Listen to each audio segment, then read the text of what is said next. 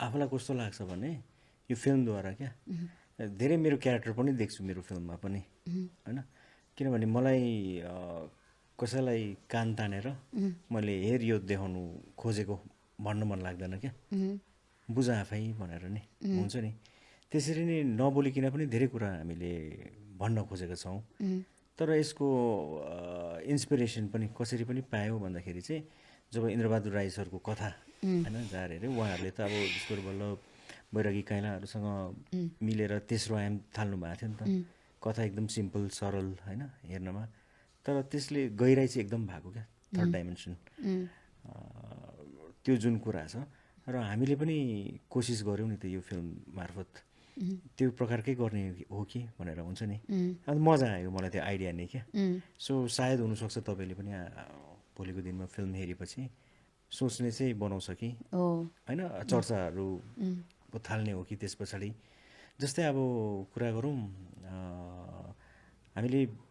मितेरीहरू खास भएको मात्रै देखाएको छ क्या त्यहाँ कसरी गर्दो रहेछ भनेर अथवा हामीले कतै न कता यो सुगौली सन्धि होइन यो नालापानीको कुराहरू होइन कता न कता हामीले फिल्ममा निकालेका छन् त देखाएको छ नि त त्यसले पनि हामीलाई त्यो त्यहाँ लान्छ क्या पिरियडमा लान्छ क्या अनि सुनेको अनुसार चाहिँ त्यो एउटा बाघ त्यो एउटा बाघले गर्दाखेरि चाहिँ तपाईँहरूको 1.5 वर्ष त त्यसमा नै बित्यो भनेर अलमोस्ट 3.5 वर्षै लाग्यो नि 3.5 वर्ष बाघ एउटाले हजुर त्यो बाघ चाहिँ किन इम्पोर्टेन्ट थियो कि मलाई त्यो सुन्न मन लाग्यो अब त्यही त कथा त मन पर्यो बनाउनु पर्यो तर समस्या चाहिँ के भयो भन्दाखेरि कथामा चाहिँ बाघ छ क्या अनि इन्ट्रेस्टिङ एन्ट्री पनि छ बाघी किनभने त्यसले नै डिसाइड गर्छ क्या धेरै कुरा स्टोरीमा तर अब त्यसलाई न्याय पनि दिनु पर्यो फेरि अब अहिले मलाई लाग्छ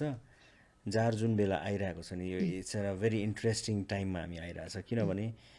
यहाँ होल नेपाली फिल्म इन्डस्ट्री होइन चारैतिरबाट संसारभरिबाट चाहिँ सबै नेपाली फिल्म मेकर्सहरूले आफ्नो आफ्नो जग्गाबाट होइन आफ्नो आफ्नो ठाउँबाट आफ्नो आफ्नो सोचले त्यो इँटा जोड्ने काम गरिरहेछ क्या नेपाली सिनेमाको तर त्यो बाघ चाहिँ मैले साँच्चै नै बाघ नै सोचिरहेको थिएँ होइन तर पछि फेरि दिमाग ऊ भइहाल्यो कि ए होइन बाघसँग त एकदमै रिस्की हुन्छ यो चाहिँ भिएफएक्स चाहिँ होला भनेर के होइन तर जुन चाहिँ बाघ तपाईँले साँच्चीकै देखाउनु भएको छ होइन भिएफएक्स गरेर देखाउनु भएको छ ह्याट्स अफ एकदमै नै राम्रो क्लिन काम बाघको कुरा गर्नुभयो नि तपाईँले क्या मैले भन्दाखेरि चाहिँ अब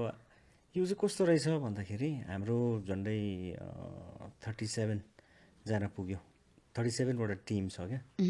यसलाई बनाउने क्या बाघलाई बनाउने बाघलाई बनाउने जसले धेरै समय लियो अब तपाईँलाई सोध्नुभयो नि त किन समय लाग्यो भन्दा तर हाम्रो चाहिँ यो टिम कस्तो भयो भन्दाखेरि चाहिँ